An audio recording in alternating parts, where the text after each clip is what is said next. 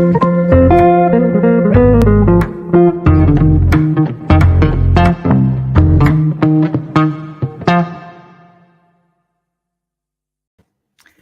evening and welcome to Not Q&A, where the show defined by what we don't want to be like. If you love Q&A, well, that's on. Go to the ABC right now. You're wasting your time here because this is not Q&A. And we are not the ABC, not government funded, not taxpayer subsidized. We are brought to you by the Good Source supporters, the free market, looking to disrupt the mainstream media, better known as the lying harlot. So tonight I actually am joined by Ray Rudowski and Alexandra Marshall. Welcome, Ray. Hello, Ali. How are you both? Great to be here. Now, in the world of goings-on right now, we have a lot of geopolitical conniving and maneuvering going on, and nobody is happier that Trump lost the election than China. But Ray, there's something going on in Alaska recently or now, which I have no idea what's going on. Bring me up to speed. Well, it's funny that this doesn't seem to be a bigger story than beyond the first day that it happened. But in China, it is huge, and I think it is the embarrassing, dressing down that the Chinese delegation gave to the U.S. Secretary of State Antony Blinken and his, team in terms of the Chinese just, I guess, ambushed them into, hectoring them on human rights, claiming just in point blank language that you're no longer a world power and we don't have to listen to you and you're not respected. And there was just this whole sort of stunned response, reminiscent, I think, that if you kind of look at history, the same sort of thing happened in 1961 when President John F. Kennedy met Khrushchev and was just demolished by him. And that was kept secret for like 40, 50 years. This, wow, I think, is on full display, but it's seems to be, not a major story within the mainstream media, which is just shocking.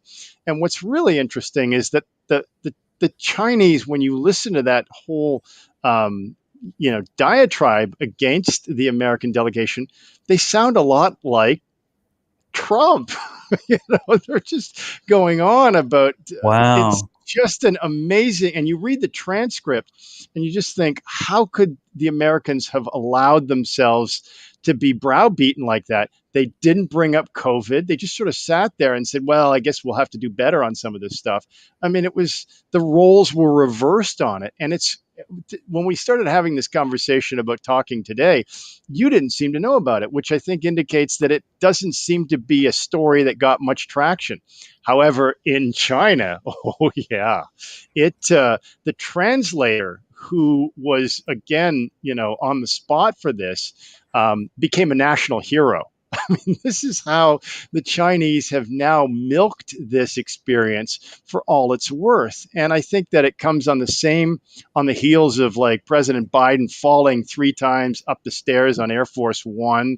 So the symbolism and the optics, I mean, just completely from a media analysis, you've got a situation where the mainstream media doesn't seem to be following this Alaska summit story beyond the first day, I guess, and has sort of sidelined or buried anything that has come out of it while the Chinese are milking it for all it's worth. And then on top of all of that, what is the point of the summit though, Ray? What's the summit for? The summit was to get both sides talking, I guess. So it was a general diplomatic summit, not a regular scheduled group of nations or anything? No, it was a diplomatic summit between both sides. But what ends up happening is that the Chinese just completely ambush the American delegation on human rights, saying that you're no longer in a position to talk about your democracy to us. And it was, I think, sets the tone for the administration very clearly, like, there's all these different sort of pockets of challenges around the world. And rather than kind of dealing with them or picking up where the Trump administration left off, they're starting on the back foot on a weak footing. And you can now see that the Chinese are saying, we're not going to be, pushed around by the Americans. We're not going to be lectured by the Americans. But they've gone one step further.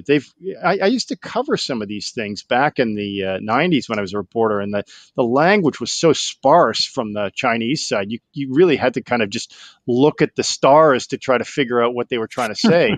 In this situation, they made no bones about the fact that we're not going to take it from you guys anymore. We're not going to listen to this stuff anymore. You can't lecture us on human rights. You can't lecture us on democracy. You're a global bully. And all of this is being translated, and then the translator becomes a national hero. Wow. So you see all these sidebar stories arising from it, but Yeah. nothing in terms of follow-up from the United States.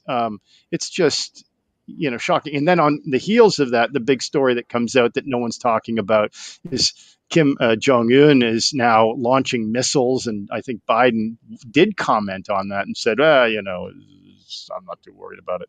But this becomes a big issue in terms of the geopolitical emphasis is on China and Asia. And the Biden administration is locked into all sorts of things that just completely seem to be distracting them from a media standpoint. And Donald Trump says, "Are you missing me yet?" Well, it's interesting that the Chinese didn't act like this when Trump was president. And when those trade talks were going on, they deferred to him in a lot of different ways. So this is a complete departure. And I think that they smell weakness.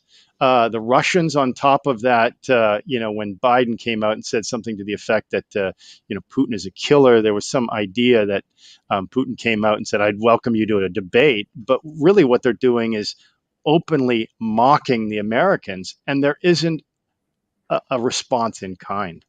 Ellie, are the Americans mockable? Are the Chinese right?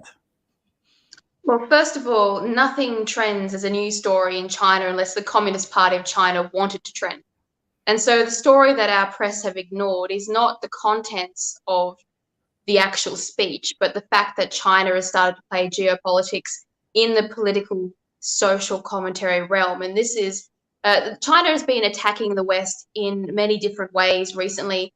They've done it with their trade initiatives. They've been doing it with the United Nations in the way they've been cultivating the third world to make sure that the West has no votes on the bureaucracies that govern the world. And this is now stepping it up into the social media and the political realm, where they're now using words to try and disempower the West.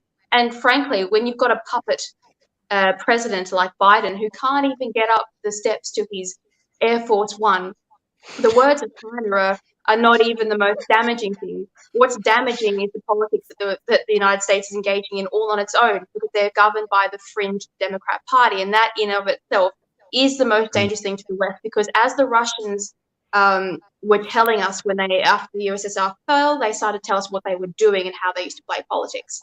And the most dangerous way to subvert the West is to get in there and change the minds of the actual people inside those countries and change their politics from within rather than attacking them directly. And so China, this is more of a recognition that China's finished that. They've done with all their subterfuge and subverting. They know now that they can begin to parade themselves on the world stage. This isn't for the West. This whole story is not for our benefit. It's for the benefit of the Arab League. It's for the benefit of the socialists and markets in Africa.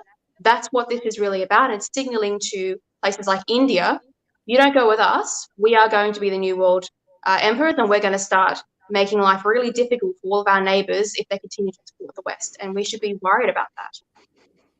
If this isn't what a Cold War looks like, how much further is it to go before it's the same as the 70s, where we needed a Thatcher and a Reagan to bring down the threat of the USSR and Gorbachev?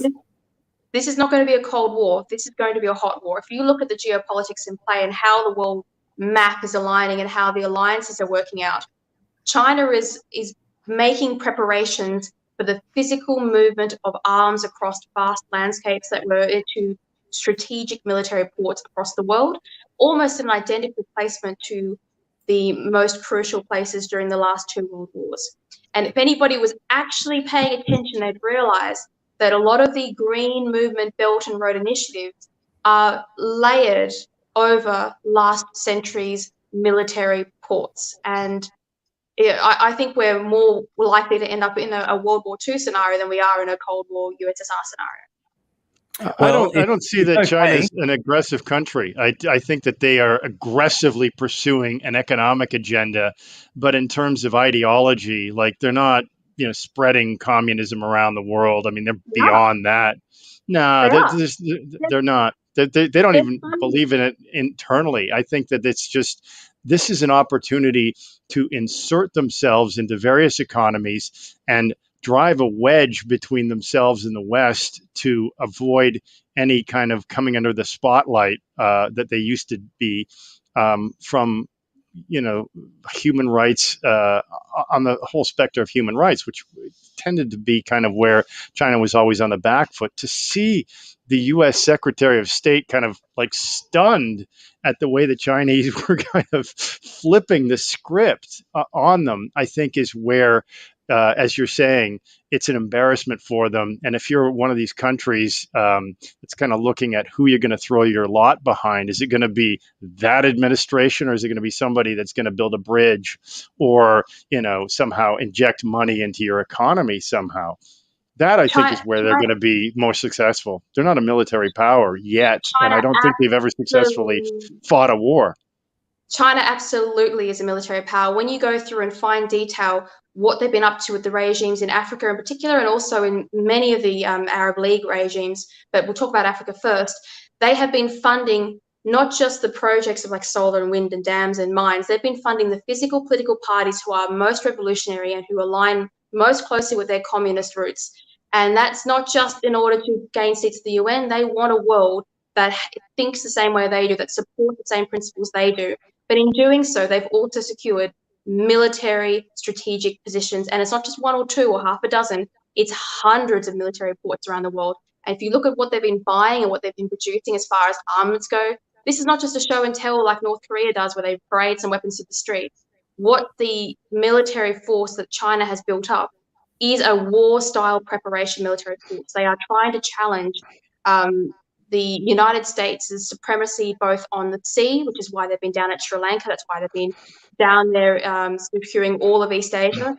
And that's why you have to be really careful, because it's been the thought for so long that China's not a military force, because people are still looking at them like they were for the last 100 years. That's not the China of today. The China of today has taken Mao's militarization and gone forward. They are thinking about how they can now become the military dominant power, and they're prepared to kill people for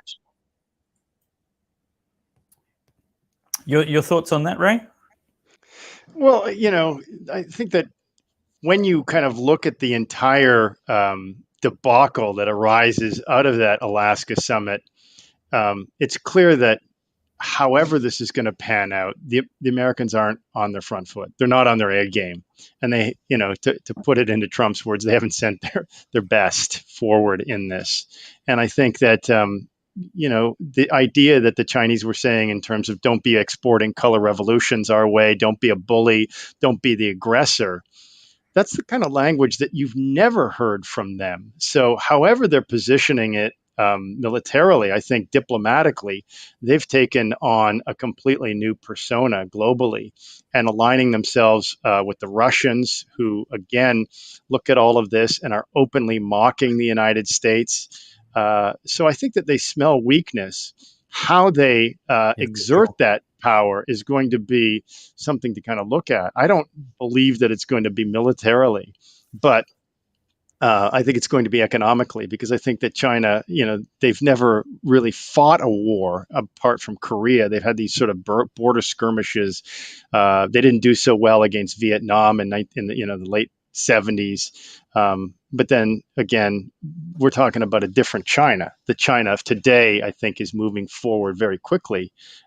Things could change. And I think that they're gearing up for that, at least trying to show that they can do that. Whether they can actually pull it off is one thing. Economically, absolutely. That's where I think the biggest threat is. If you're in the United States, if you're an African country, it's a huge opportunity. Economically, it's certainly a huge threat, and COVID proved that when we had to live a few months without imports from China. It was chaos, and we were all caught with our pants around our ankles, proverbially. It's just we couldn't do anything for ourselves, so reliant on the Chinese economy. So certainly that's exposed and identified some great sovereign risks in our supply chains. But Australia's fuel supply is only a few months. If we got blockaded, we'd be very quickly very desperate. Our submarines are on the way, though, so it won't really be a problem. They should arrive in about 20 to 30 years. But one of the reasons that China says things like, oh, we're not going to export our politics, is to buy time, because if you don't want anybody questioning why you're purchasing the largest army and military force in the world, well, that's a great way to say, oh, we're just acquiring weapons for shits and giggles rather than military conquest. Don't worry about that. Don't look at it. It's going to be just fine. But your fuel security point is a really strong one, Dave, because one of the biggest things that China actually did was build a massive pipeline from the Iranian oil fields up through Pakistan and then up into the one of the northern provinces of China, just where all those Islamic camps are, where they've interred all these Uyghurs.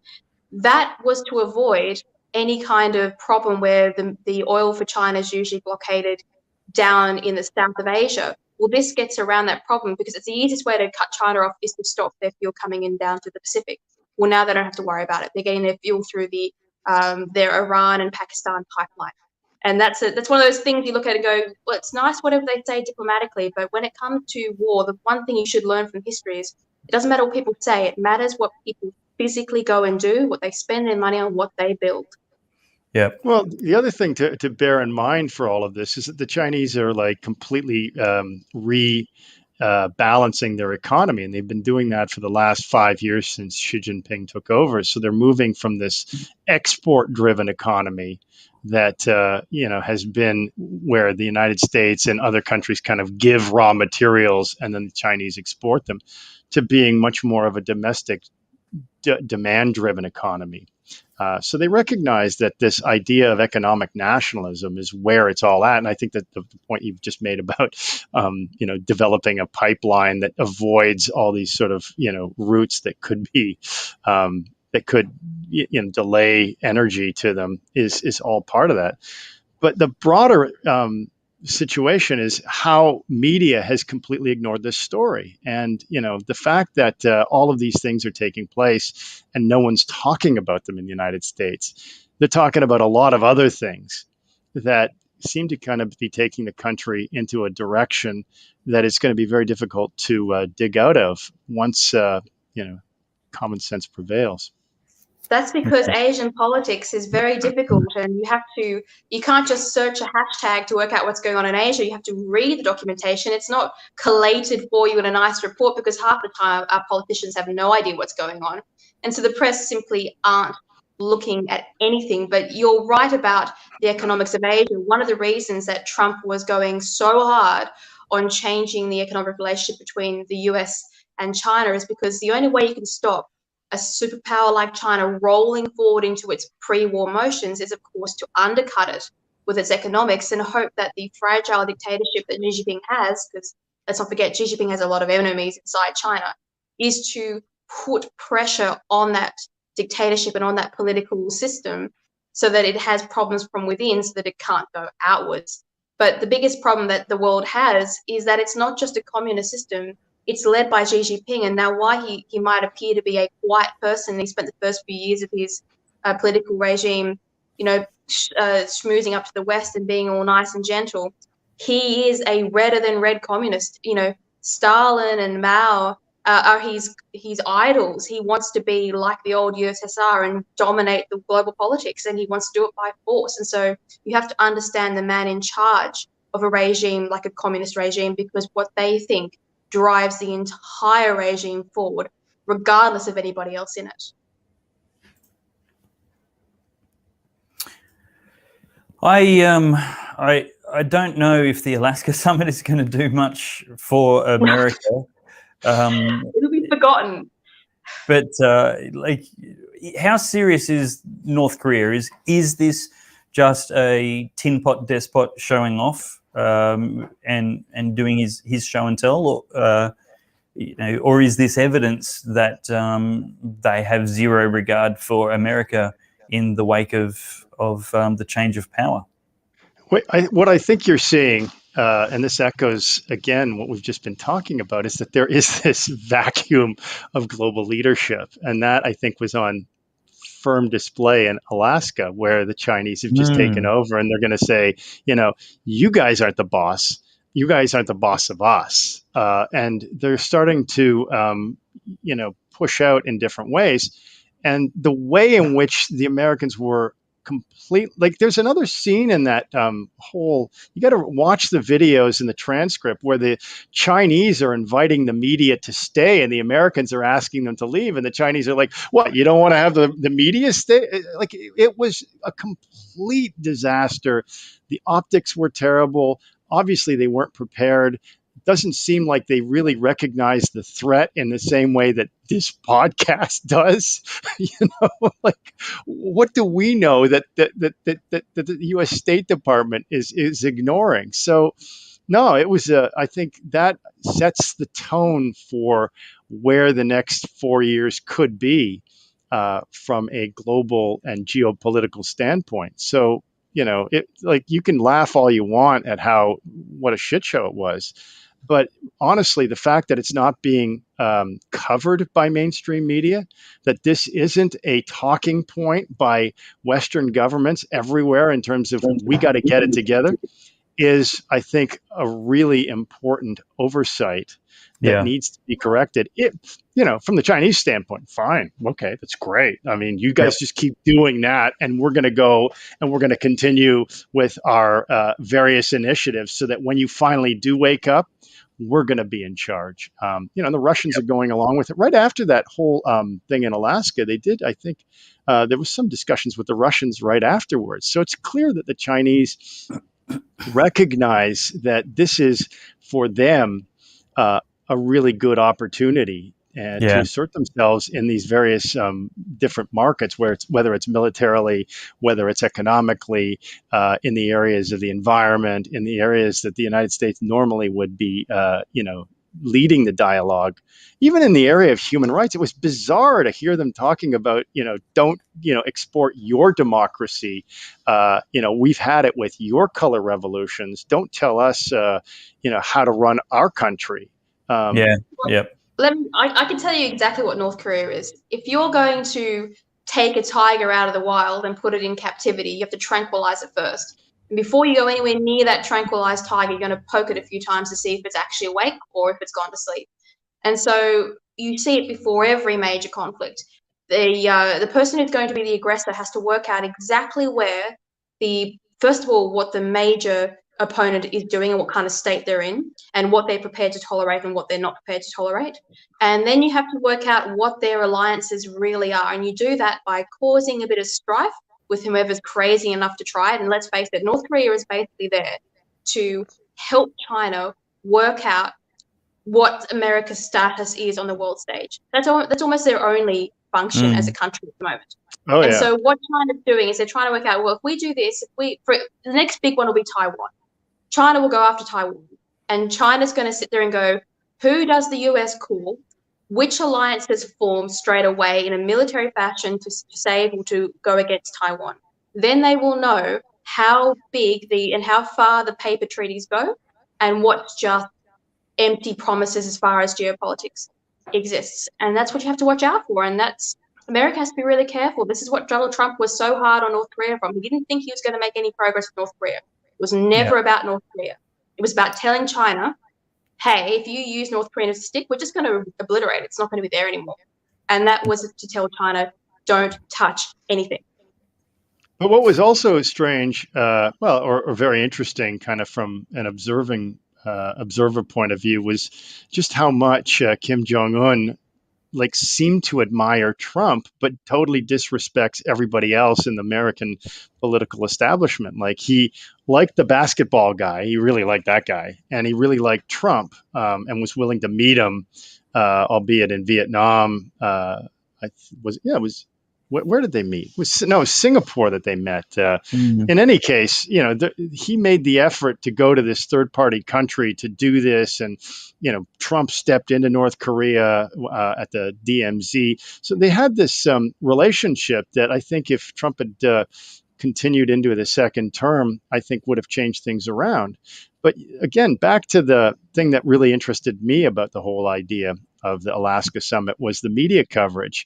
When had this been Trump or one of the Trump administration being subjected to that kind of hectoring from the Chinese side, like this would have been everywhere.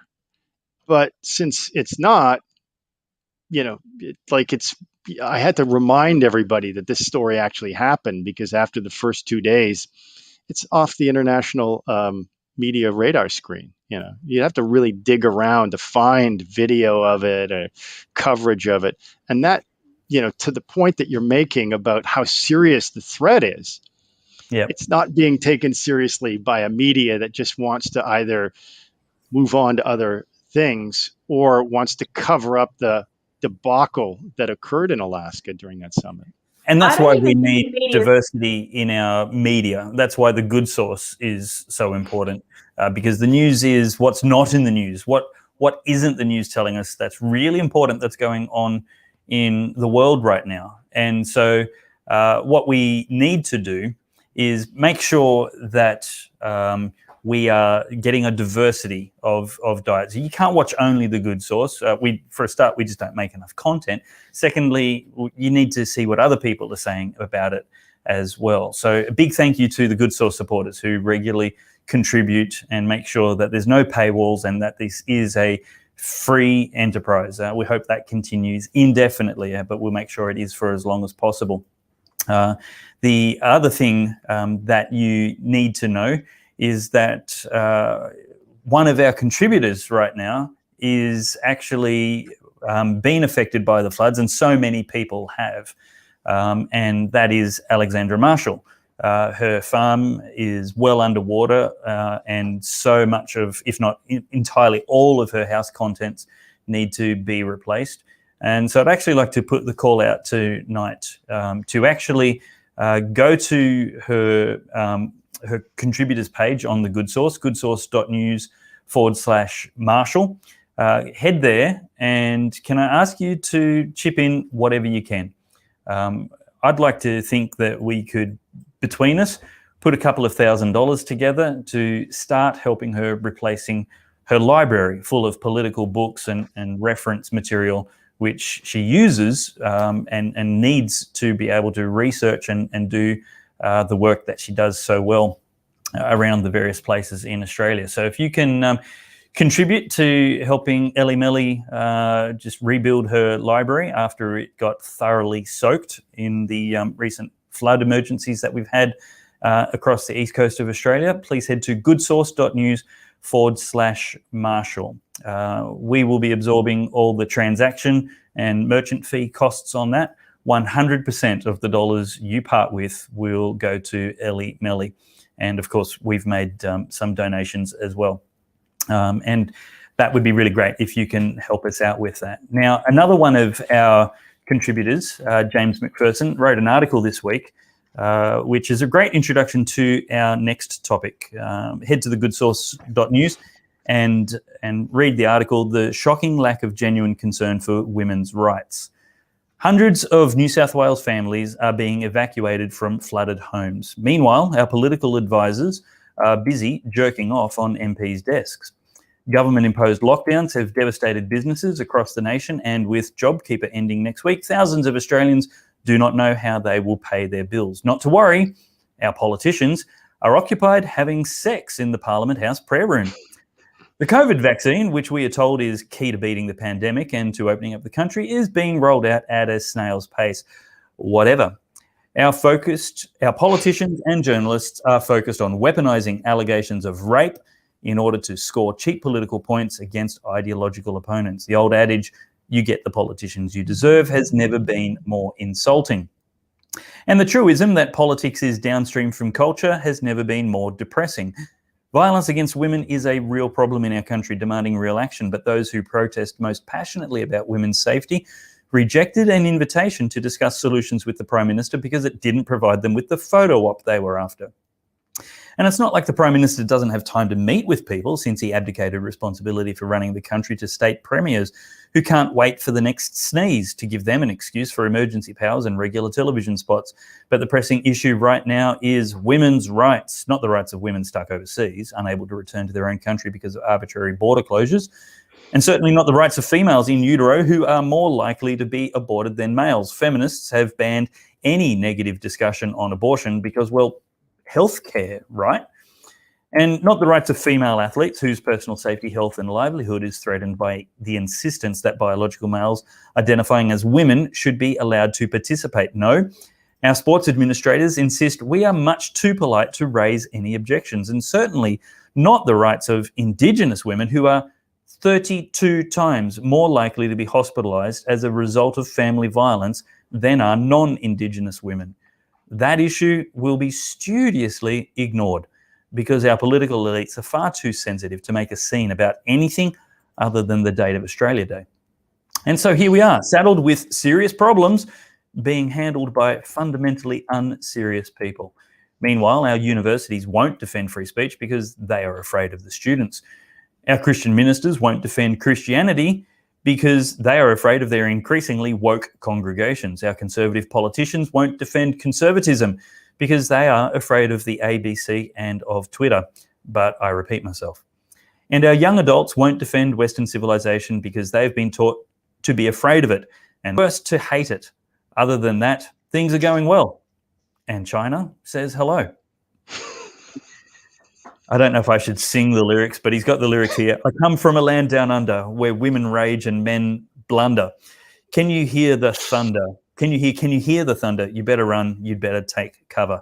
And that's the always lighthearted, sometimes sarcastic and frequently satirical James McPherson. But, you know, Scott Morrison has said in times past that he's not interested in talking about the culture war when Chris Lilly was being cancelled off Netflix. He's not interested in the culture war. He wants to talk about other things. Well, Mr. Prime Minister, the culture war has come for you. We now see Scott Morrison facing exactly the kind of strategic political gamesmanship that President Trump faced in his election year. There was race riots. It all became about critical race theory as led by Black Lives Matter Corporation. And what may have been grounded in a sincere issue that probably needs some attention got vastly overstated. And the solutions offered were destruction of the entire system and an entire condemnation of a class of people, and that was not only police but the white population in general.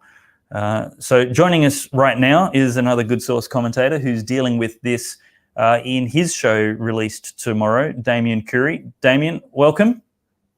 Hi, David. How are you? Very well, thank you. What are your thoughts? Good to see you, Alex. Ali's looking okay and coping with all that drama, and I hope. And Ray, good to see you. Yeah, I'm okay. But thank you to Dave for being so nice. You know, it's really lovely the way you guys have been so supportive.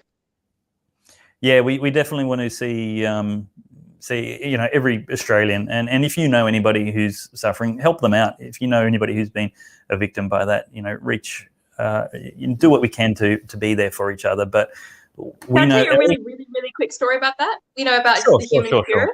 We'll get back to the feminist critical theory. The SES aren't very helpful. The government aren't very helpful. But the vet at Crescent Head was organising emergency feed drops for all the people down our river because everyone forgets about the people who aren't near a town. And so yesterday, up-rocked by barge across our flooded entire lake system now, and it's not a river, it's a lake, feed for people's cattle down our river. And that was done by just a little business and the group up there at Crescent Head. So there are great people around in the world, and it's not really coming from the government, it's coming from fellow Australians. And I really hope that we can keep that spirit in this country, because we're going to need it in the years to come. This might be a useful tangent. I don't know. I do want to talk about critical feminist theory, but I just did a conversation on Pellowe Talk on Tuesday night with John Humphreys, a fantastic libertarian thinker, and essentially that's what he was saying, Ellie, is that the more we can have proactive communities, whether organised or organic, the less need we have for government, and the better the quality of care is, because it's people who are helping their neighbours and their friends instead of Centrelink, which is soulless and dehumanising at its best. Speaking of soulless and dehumanising, let's talk about the vacuous daytime soap opera that Damian wants to talk about. What vacuous soap opera? Oh, great segue. The Me Too witch burning trials of Canberra going on while we've actually got serious economic problems. Yeah. Look, it would be hysterically funny if it wasn't so depressing and serious. I'm appalled by it all, and it is appalling. And we are a nation that is blessed and so lucky and so fortunate, and we spend our time with this sort of nonsense. I mean, I don't care how many incidents there have been that have come to light in the last month or so. This is a stitch-up job of the Prime Minister, and it is of the government, and it's a slow, staged one. And the game that's being played here is despicable. It's absolutely despicable. Now, all of this stuff, or things like this, may have been going on for quite some time. Who knows? Years, maybe. And we've had these allegations of various sexual assault claims and harassment claims and things like that at Parliament House for many, many years. It's coming to a head at the moment because it's being talked about. It doesn't mean that it's occurring more just because it's been talked about. It doesn't mean there's a systemic problem just because there's a number of different cases that have come out at the same time. It doesn't mean that it's any worse. But my point on this whole thing is it's not the responsibility of the Prime Minister of Australia to run the office of Parliament House, right? That building and the people who work in it, I'm sure there must be there's obviously an administrative department that looks after Parliament House. I don't want the Prime Minister of Australia getting into the nitty-gritty of what's going on inside Parliament House. I want the Prime Minister of Australia managing the big issues for Australia. And right now, we've got the floods and we've got the China threat, among other things. And we've got JobKeeper about to finish. We've got premiers out of control. We've got border conflict. We've got people being, absolutely furious about the fact that they're not able to run their businesses properly or move between states properly. I mean, there's big stuff going on, and the media are just, disappearing places with their obsession with this nonsense. And it is a soap opera, as you said, Ellie. It's an absolute soap opera, and it's a waste of time. And it's a waste of time we can't afford, frankly, as a nation, I don't think. So yeah, absolutely. And what we're seeing is just it's pure Marxism. I mean, let's have a look at what they say on their website. This is March for Justice website. Hashtag March for Justice is an organic uprising with logistics being undertaken at speed by volunteers around the country. Discussions include the critical need to have an intersectional mindset. As Kimberley Crenshaw says, all inequality is not created equal. Australia's dominant patriarchal culture privileges the white, able-bodied, straight and wealthy. Hashtag March for Justice organisers and participants need to be ever vigilant against doing the same. We call on all events to ensure a diverse platform of speakers and all organisers to be inclusive in their outreach. Women have been struggling for our rights alone for too long, and enough is enough. We believe by being inclusive and all genders working together, we can achieve more. Sounds like it's not very different from the Black Lives Matter website, just exchange race for gender. Do you know what really annoys me about this whole March for Justice thing that they're doing? This reminds me of Hollywood. Everyone pretends to be affected by the hashtags and the wrong gender and all that sort of stuff. But really, Hollywood's one of the most depraved places on the face of the planet. And Exactly. Parliament is exactly the same. It's also one of the most depraved workplaces on the planet.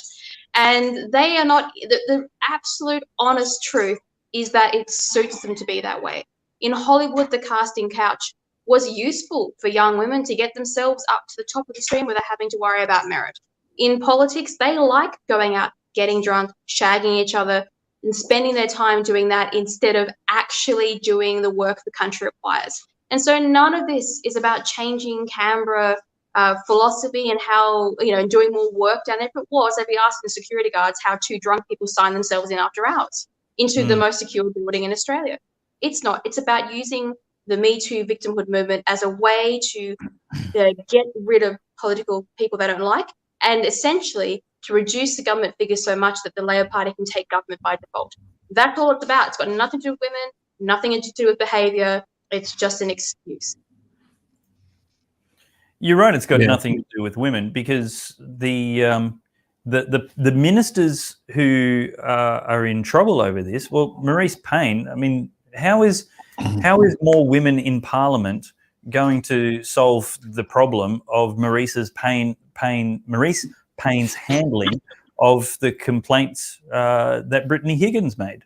I mean, it's just, and here's how Scott Morrison is going to lose the next election, is if he keeps up giving into them.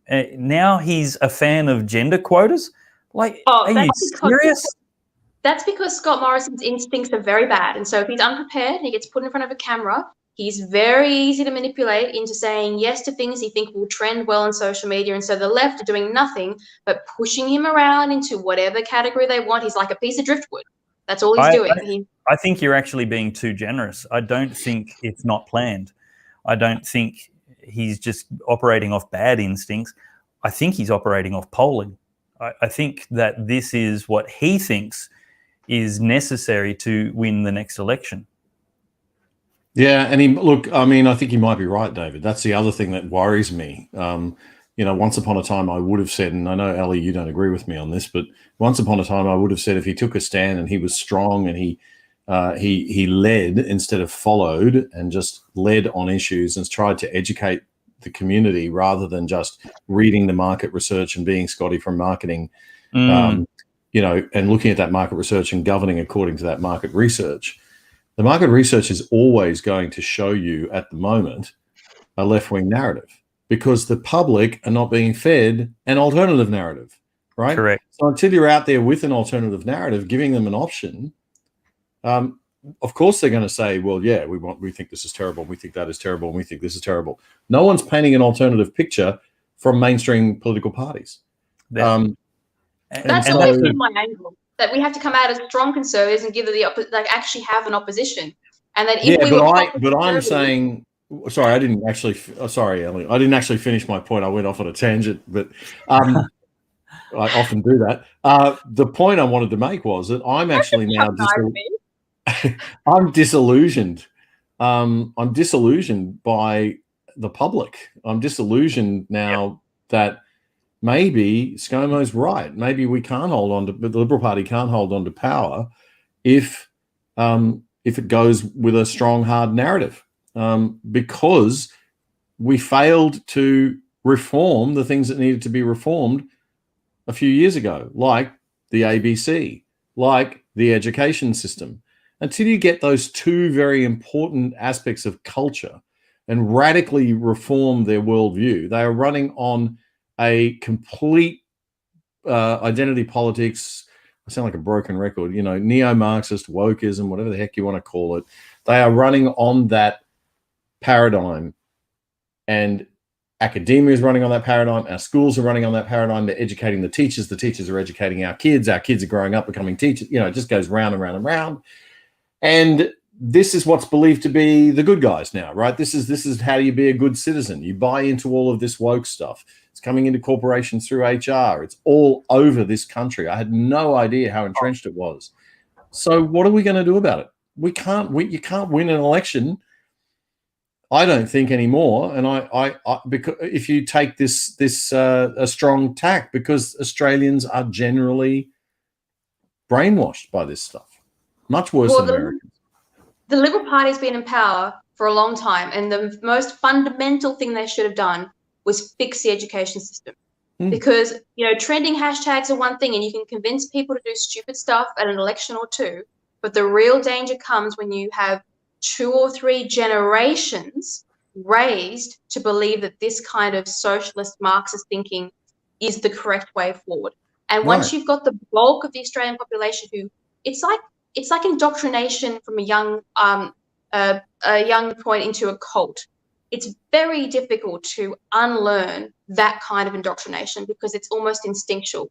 And only when things get really bad, like you saw in European nations, when the impact is not just financial, it's physical, only then can indoctrination be undone. And that means that the rest of us will have to be dragged along while these kids learn the hard way that they were betrayed by the politicians, they were betrayed by their educators, and now they're putting us into basically an ideological cage that benefits nobody except the politicians in power. Right, but now we've got a dominant and aggressive, assertive, whatever you want to call it, China, breathing down our neck, and in Anchorage using this dogma to beat our leading ally over the head with, saying, look at all the problems you've got at home with your this and that, making the most ridiculous comparison that's just totally unjustifiable and compared to what they do. And this is why it's so important to watch what China do, not what China say. It's so important that we don't act on their words. I literally just said that, Damian. I literally had that point, didn't I, Dave? It's important to watch what they physically do, not what they say. Yeah. It's very much like boxing. Like, don't watch the hands, watch the shoulders. Right. But really bothers me about this march thing as well. I mean, and I hate playing the women card. You guys know that. But there is a problem with politics. There is a problem with the way that, not just with men and women, but the entire Canberra bubble is unprofessional. So they've got too much time on their hands. They trade their portfolios around as if they were trading cards rather than serious responsibilities they should be valuing. Like, I've never heard a minister say, hey, I don't want to lose my portfolio because I've got stuff to do and finish in that. It's always about, I want that portfolio because that means that I can have that job next time around. It means that I can then be deputy if I have this portfolio. They don't seem to be actually interested in the portfolio or what that portfolio means. And that has led to this culture of there's just no adults in the room. They've got nothing to do. They've got too many staffers. They have no responsibility. And so they spend their time shagging on other people's desks. And that's the truth of it.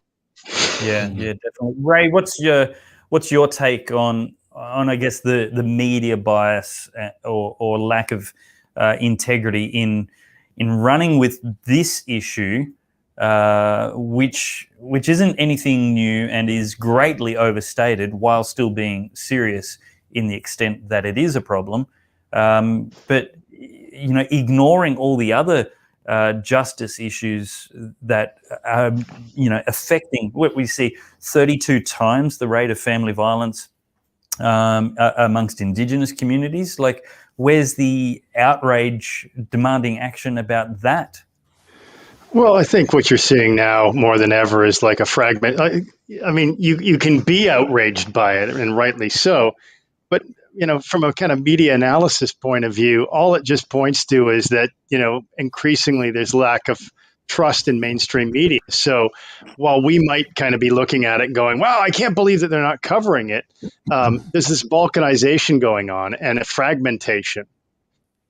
And with the sort of breaking up, I guess, of big tech with all these different platforms now going into kind of micro groups, it's getting harder to figure out what the big picture is, but it's getting easier to look at things that are of interest to you. So if this sort of story, and I mean, we're getting it here in Asia top line as a sort of sex scandal. I mean, the detail that you get into with it is kind of interesting. But beyond that, it just sounds like it's like yet another sex scandal that's crippling the government. And that's the case, kind of move past it. And again, the focus out here is getting past the pandemic and things like that. And media are covering that, as well as what I said at the very beginning, that the media are. We're losing your quality of connection there quite badly. Yeah. Just when I had the most important thing to say to anyone ever. No, it should be. I was just going to wrap it up by saying. Right. Wrap it up for us. I was just going to say that again. What you're seeing is this fragmentation, but from a kind of regional and global media standpoint, the sex scandal in Australia is local news. The bigger issues, and we talked about this before Damian came on, are rise of China in very specific areas that's being ignored because it was embarrassing to the Biden administration. So all the issues that come out of it, the fact that the United States is on the back foot, the fact that China is now acting like the way that you would expect the Republicans to be acting in a aggressive way, challenging the Democrats on all of these different platforms. But they're like this, foreign power that's mocking the United States. That's a bigger story, and it's being ignored. When I want to read about that, I have to go to very specific websites to find that story out, and then I get the kind of information that helps me to kind of understand where things are with this. But, and I read a lot of different sources, but to your point, the sex scandal is kind of juicy, great tabloid, but beyond in Australia, it's just a sex scandal that seems to be kind of occupying the government. I don't know the details of it beyond. There was some video that was salacious. Well, it's very much the case, as usual, that it's embarrassing the right people. So, the reason they want to make a big deal out of it is because some people are angry at Scott Morrison. So let's point a camera at them.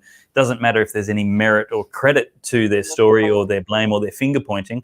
Meanwhile, the alleged leader of the free world being mocked by one of the greatest threats to the free world doesn't even rate serious coverage. And not, Ali, before in fact, that the media. We're going to say goodbye to Ray.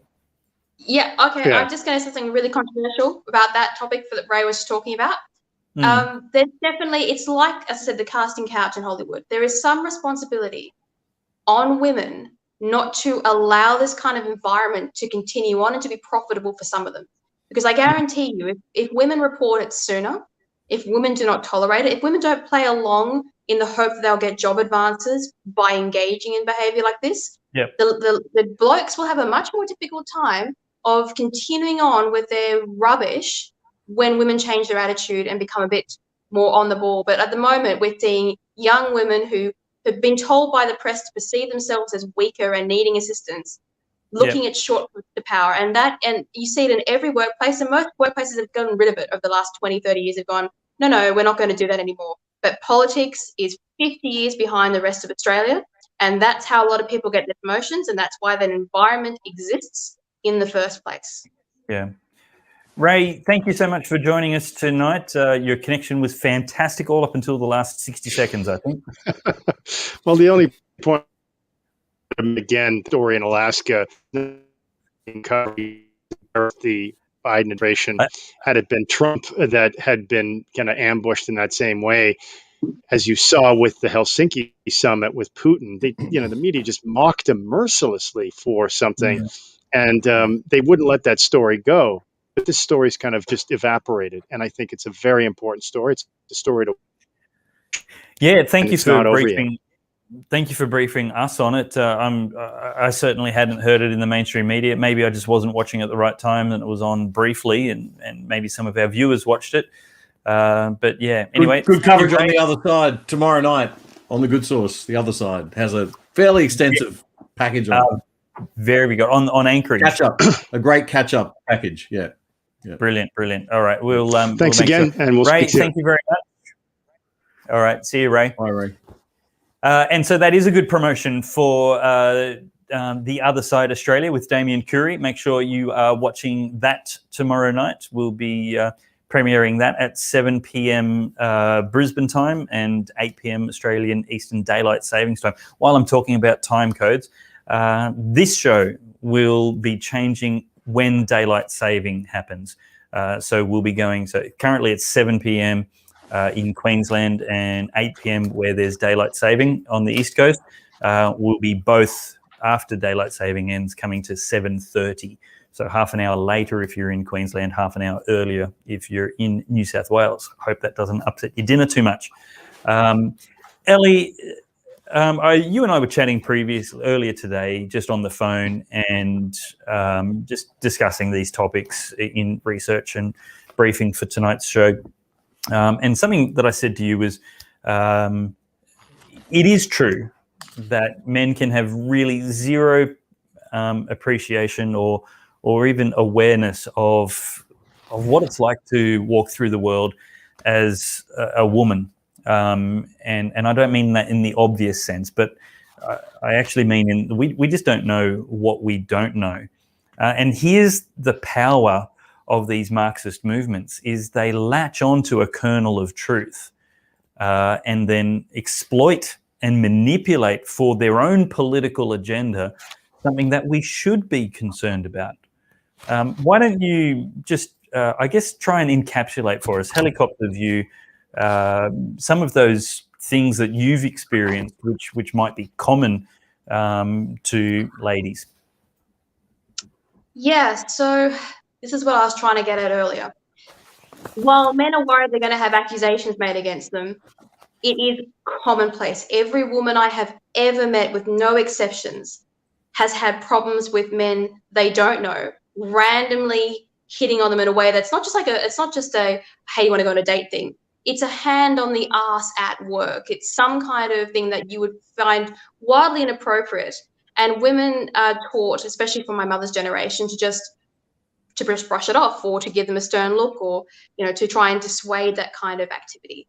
Now, we are not teaching young girls these days how to deal with that kind of attention.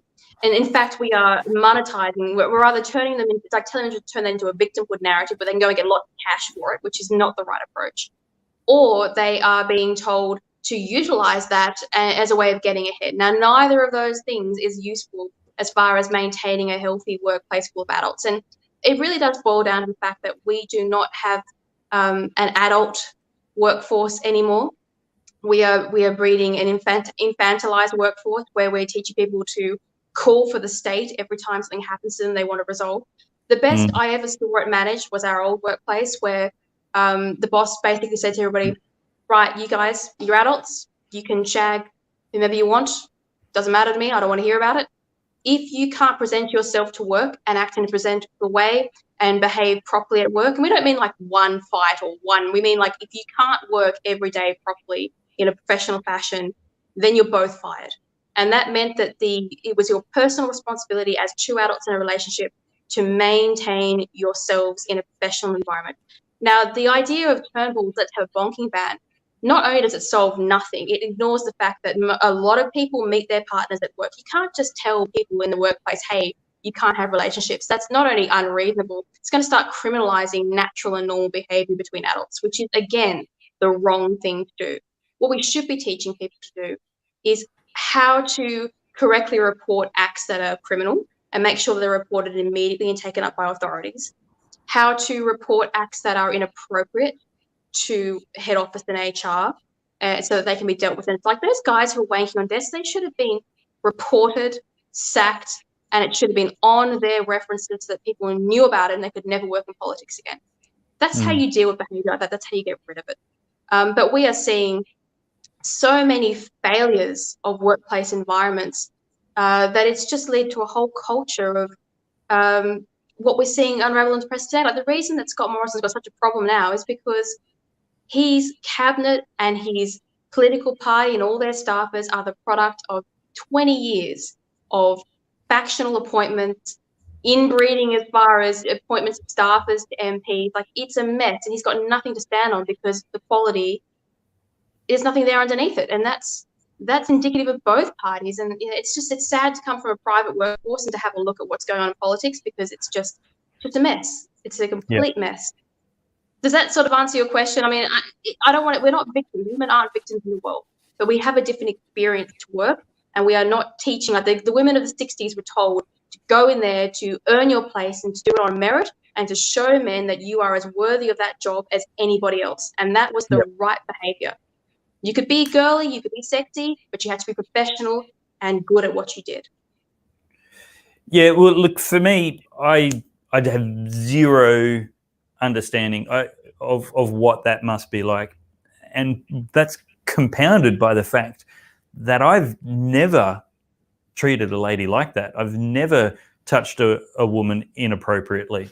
And you know, I've got married at a young age, and I really didn't need to be on dating for a long time. I found a girl that I could spend the rest of my life with, and tricked her into marrying me. I didn't trick her. I just did really good persuasive conversation. It's common, Dave. It's common. And that just makes it harder for me to imagine that people would actually behave like that. And I believe you that it's common. And you know, I'll say something again that I've said before, and maybe if there was less of a sexually permissive culture, which certainly starts in Hollywood, then you know, I think that would have to be less behaviour. That there would be more people who just couldn't imagine treating another person like that. Let's put it that way. Hold sort of dignity. I've been in situations relatively recently, in the last couple of years, where I'm bored with that kind of attention. Like I grew up not even valuing how I looked, so I'm fairly suspicious of people who compliment me to begin with, right? I just don't have time with it. I'm here for politics, and you know, I just roll my eyes. But I've been in situations where you think you're about to get something political. You think you've been brought in on merit because someone likes what you're doing and they're interested in actually promoting your job and doing a favor like you do, where you've given me this opportunity and platform. You think you're in that situation. You've gone out of your way to be somewhere. And then you realize that, nope, they're just trying to hit on you, and they think they're on a good thing if they just, you know, do a couple of favors for you. And you're like, right. And so I roll my eyes, make it particularly clear without spelling it out. You're perfectly capable of dropping hints that this is not going to happen, and nice try. And they don't pursue that. And that's what I mean by, if we teach women to behave that way, then that culture stops, because they can't get anywhere. It doesn't give them any reward. And that's what we have to be looking at as far as politics is concerned. Yeah. Damien, what are your thoughts? I grew up with three older sisters, and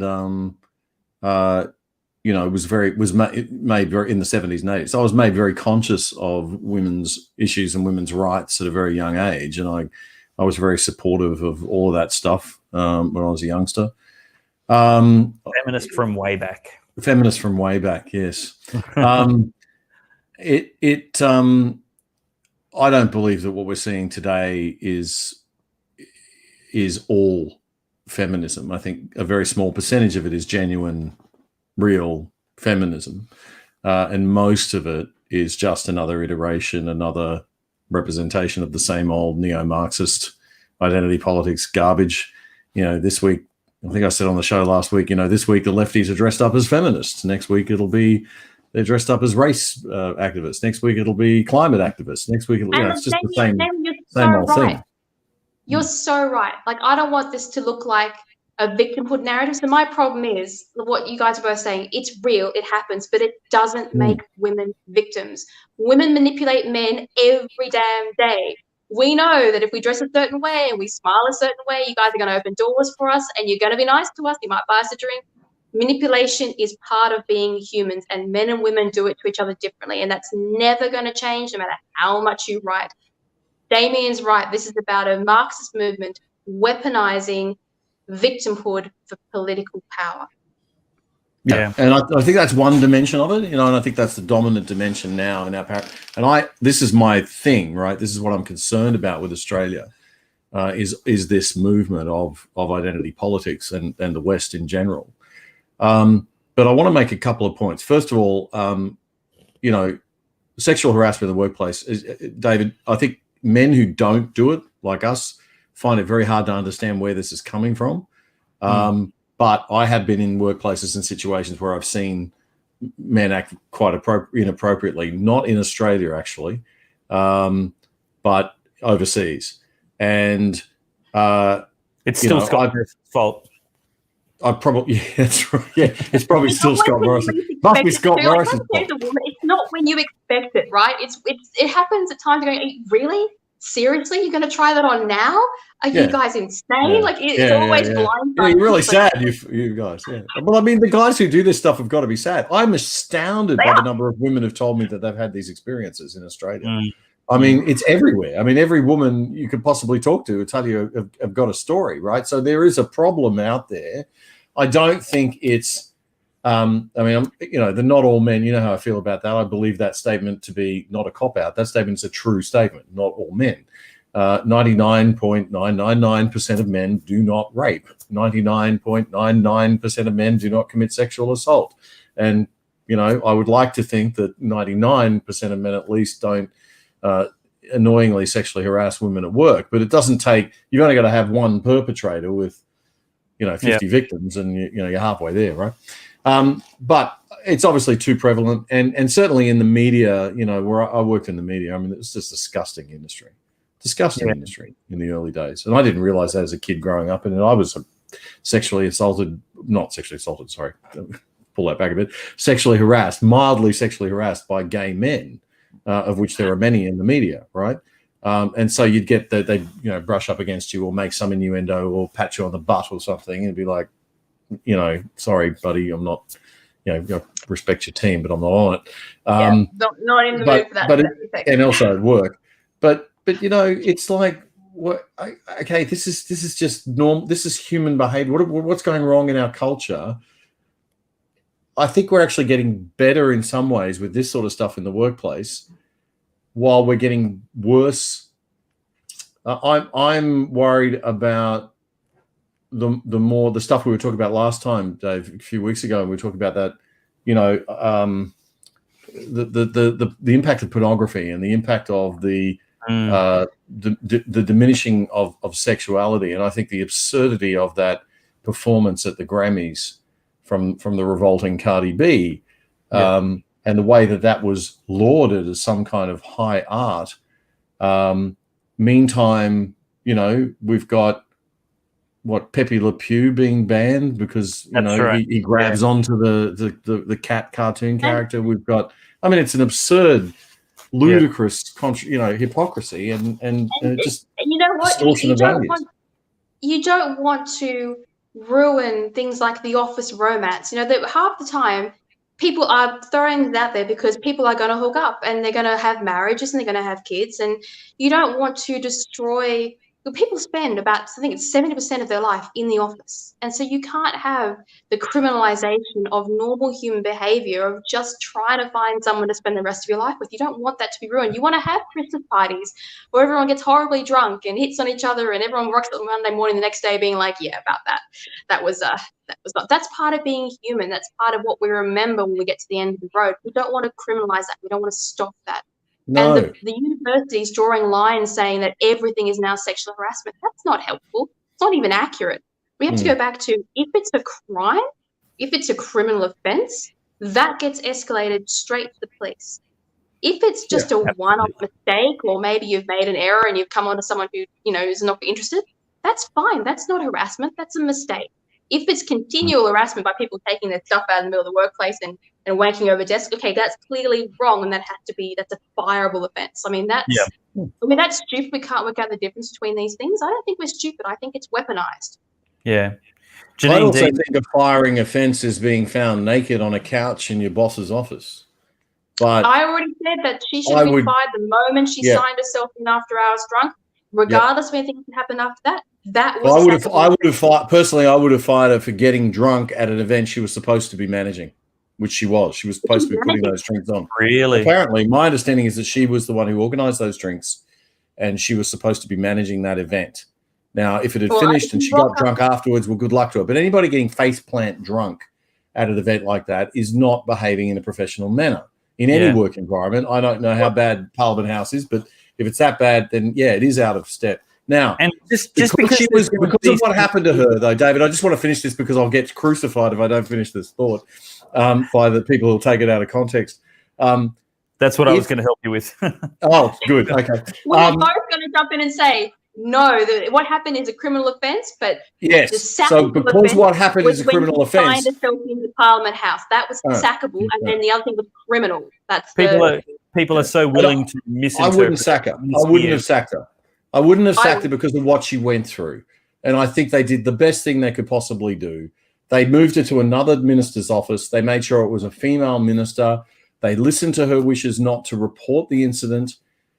They fired the accused guy on the spot for what he did. I mean, get him out of there. And why are people saying now, oh, they only fired him because of some other unrelated issue? We're firing for whatever reason you need to fire him, but get the guy out of there.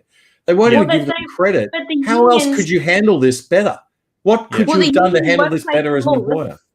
The union workplace laws have made it so that you can't handle it any other way. You're not allowed to fire people without proper cause. You have to give them references, otherwise the fair work comes in on you. So because she didn't pursue a criminal offence, what was left to parliamentarians? They had no choices. They had to just go through the motions of fair work. That's the problem when the unions got involved. They're in their own net now where they've made it so difficult to fire somebody that you can't even fire them for serious offences unless they're followed up with. Yeah. Look, I think comment of the night has to be that there is no serious leadership in the world anymore.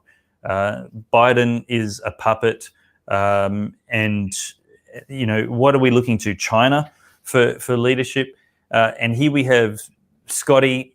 And I hate to say it, but I've always hated this, how trite and cynical it was. But it's starting to look like I can't help but agree that there's something to the slogan. Scotty from marketing, this poll-driven leadership is just following from the front. And we need some serious conservative leadership where we say, look, institutions are valuable. And this critical theory approach to tearing and burning everything down is the destruction of civilization and the end of the empire as we know it. And Western civilization, one of the greatest things that's ever been accomplished, the greatest conditions for human flourishing, equality, justice, liberty, dignity for all people, regardless of identity factors that we've ever known. Have we got a long way to go? Yes. But you're not seeing a refugee queue of people leaving Western nations going to the alternatives, because we're actually the best, most accomplished nations around for achieving those things. And so tearing the place down is the worst idea possible. We need Scott Morrison to have conviction and spine and courage. And as you so rightly said, Damian, just putting out there the alternate viewpoint, because all people can believe right now is what the media is telling them, and that's March for Justice has some legs. Well, I think the point is. Up for us. Sorry, mate. I just think look, if I was in Scott Morrison's shoes, I'd put a narrative out there. I'd attempt to create some change. I'd probably get booted out of office, right? We all probably would at the moment where Australian culture is. Because this is we're 25 years behind. We're losing the war big time. We need to catch up, and it's going to take that long, right? So if he wants to hang on to power, well, good. But what is the point of hanging on to power if you give up all of your principles? That's right. You might as well go out and die on your sword. Look at what happened to Zach in Western Australia. Look at what happened to Deb Frecklington in Queensland. What is the point? What was the point of all that effort? We fought against the ABC's non-stop narrative. You're running in 2019 to win that election. You're running a campaign with one arm tied behind your back because you've got to compete with this free publicity machine that's handed to the Labor Party. You've got to compete with all the union money that goes to the Labor Party, and we can't have any corporate donations above X amount and this and that. So the whole game is rigged, and they've got this promotion and publicity culture machine in the ABC that we're not allowed to touch because it's sacred. And we barely scraped over the line in we won well, but I mean it could have been very close. Well, it was very close, actually, if you really think about it. And so what are we going to do it again now? Like, why didn't we on May 20th, why didn't we walk into the ABC and say, game over? Right? You get this network, you get this radio station, you get this TV, you do news, you do nothing else. There are no opinion shows, nothing. And we're privatizing the rest of it. No one would buy it anyway. And everybody here who thinks they're entitled to a job can go find themselves a way to make a buck. I'm sorry, I'm just brutally over it now. If we don't change these institutions, we are in deep trouble. And we are already in deep trouble. So I think we're fighting on our last legs, and I would love to see us at least go out fighting rather than just giving up, as it seems to be the case at the moment. Better to lose for the right reasons than to win for the wrong ones is something I've been really disappointed to have to say for many years now. We've been ever since they knifed Abbott. I'm like, you guys are wanting to win at any cost, and it's costing too much. Victory isn't worth this, and I'm sick of leaders who are saying, I'm a man of principles, and if you don't like these ones, I've got others. It's just terrible. Ellie, your final thoughts for the evening. Let's bring this home. I was going to say, I think Trump, when he lost the election, that was a sliding doors moment for the world. And I think that loss of the election for Trump has fundamentally changed the future of geopolitics for the entire globe. If Trump had won, China would not be rattling its saber and having a go, would not be eyeing off things like Taiwan and Hong Kong. It would have had to step back from its role. And he probably would have had enough time to economically destabilize China to the point where the rest of the world might actually have a chance. But with Biden in power, governed by basically the fringe socialists of the Democrat movement, the world is edging towards a collectivist future, whether that is the communist-led world under their collectivism, or if it's the US embracing Marxism and what is basically race collectivism. Like, let's not kid ourselves. The Marxism of today is race collectivism, not unlike Hitler's Germany. And they are playing race politics to stir up civil war inside each other to gain power, which is the most depraved and disgusting method of winning elections that we have ever seen. And nobody calls it out. And one can only hope that either Trump returns or somebody with Trump who has enough strength of character and strength of principle to drag the population along with them to say, nope, this is enough. We're going to end up in a massive problem if we continue down this path. Yep. Yeah, 100% agree. Damian, your final thoughts for the evening.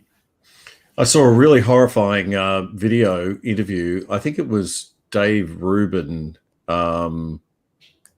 interviewing the former Fox News host, the blonde lady that went to CBS or CNBC or NBC or something, and then now has her own channel. I can't remember her name. Slipped my mind. The one that had the run-in with Trump during the election debates.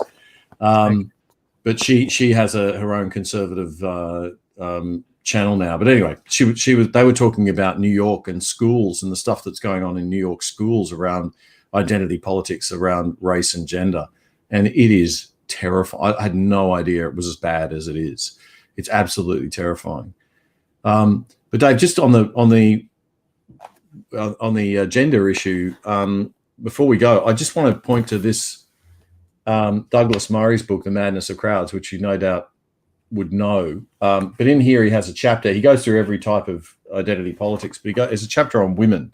And I think it's pertinent to this whole cultural thing. But he talks about a Nicki Minaj. He says there's a song by Nicki Minaj, which perhaps inadvertently sums up the deep confusions of the current situation. The song is called Anaconda. Anybody who hasn't seen the video should join the hundreds of millions of people who've watched it online. To say that the video is sexual, I mean, this is before Cardi B, right? To say that the video is sexual is like saying that her lyrics are banal. These ones start with, my anaconda don't, my anaconda don't, my anaconda don't want none unless you got buns, hun. And then she's constantly, Nicki Minaj in a bikini in a jungle setting, wiggling her backside for the camera. And the lyrics, the wiggling goes on and on. And then the oh my gosh, look at her butt, oh my gosh, look at her butt, oh my gosh, look at her butt, look at her butt, look at her butt, look at her butt. That's the chorus. right? And then, I mean, I know the song, but it's an awful song. You know, and what? then I've honestly not seen the video or heard the song. I'm incredibly ecstatic to say. Well, good on you. Sounds I got teenage daughters, so. But, How can you not have seen the video? It was basically on repeat for like literally months, and you could not hear it if you walked into a shopping centre or if you were in a car or on public transport. I don't know. I've heard it. But the point he makes in this is quite amazing. He says, there's all this other sexual stuff that he describes. I won't go into it, but then it goes on in the video. But then he says, and this is the point that I think has got to be really important. What you thought about. We live in a time where female stars tend to dress and dance like strippers. Now, the important part of the video is the last minute and a half, which opens with Minaj crawling on all fours in a sexily darkly lit room. She's crawling towards a fit young man who's sitting in a chair. The lyrics for this scene commence with, "This one's for my bees with a fat ass in the effing club." Just, horrible lyrics. And then she puts a leg over one of the guy's shoulders, leans in front of him, pushes her famous butt in his face and wiggles it up and down. She does the pole dancer thing. He goes on and describes all of that. And just eventually, as her butt's being waved right in front of his face for the umpteenth time, he's clearly getting frustrated. And eventually, having wiped his mouth with his hand, he hesitates again before placing one hand gently over her buttocks, at which point it's over. The vocals go, "Hey!" Minaj hits his hand away and walks out, flicking her hair back, and puts his face in his hands. And he puts his face in his hands, mortified by his inexcusable behavior. So what he's saying here is that we've got this contradiction in society, and it plays to this question of the female power, that we've got to have this conversation about female sexual power and the abuse of female sexual power, right? Yeah. But this doesn't fit the narrative. So, this conversation has to be had, because we're literally, I think, the impact on young men, and I'm glad I don't have sons right now, because I think the impact of young men on all of this contradicts that very contradiction. I'm allowed to wave it right in your face, but if you so much as even think about touching me, then whack. Now, it's very hard to have that conversation when you've got genuine cases of sexual harassment, assault, and abuse against women going on. But I think the two are tied. I think we've got to have the whole conversation. Otherwise, we're having a sexist half a conversation. I'm also going to say to you, just right there, is that you guys think that girls dress sexily. Well, I'll have you know, gentlemen, that when you walk past in a sharp suit, perfectly well dressed for work, that is a distraction for women, and they find that very difficult to resist. And so there's definitely a sexual imbalance and playing around in both sides. And, I think it's just a matter of being adults. As I said back before, sexuality is part of being an adult. Also being about an adult is to just... Are you being sarcastic, or are you being serious about that suit? Huh? Are you being sarcastic about that suit, or are you being serious? No, I swear. There's so many times where I've been trying to focus, and a really good-looking dude in a full suit, I was like, okay, that's gonna ruin the rest of my day. But thank God they're not in Victoria times, because I love the whole top hat and the neck scarf and the silk vest. I'm out. I can't handle it. I get so distracted. I just hate the double standards of culture, and you've just totally like a guy in a sharp suit is showing no skin except from his wrists to his fingertips. But you've misunderstood sexuality for human beings. Like, women are looking for men in positions of power. So what we find attractive is not you guys running around shirtless with your little undies on, because that's not attractive, right? Attractive for women is when you're all dressed up. I can guarantee that. Right? Man, for you guys, you think we've got cotton short skirts, right? So it's different. You have to understand that it's a different power play. We've just all got to be adults. Yeah, fair. I guess I get the point you're trying to make, but I do often remark how modest. I often remark at how modest what's attractive on a man looks compared to the plunging necklines that women can get away with. You guys are weird looking without your clothes on. That's very true. I 100% agree with you there. But let's not take that train of thought any further. I am trying to wrap this up and give our viewers and these generous panelists an end time that happens sometime soon. Is there anything that we need to cover before we go? We should definitely outlaw full suits for men in profession to deal with, sexual power in the workplace. That's my final thought. Well said. I would just say that I think men in the workplace who are conducting themselves inappropriately, please stop it, because you're giving the rest of us a really hard time dealing with the neo-Marxists disguised as feminists, and they're driving me crazy.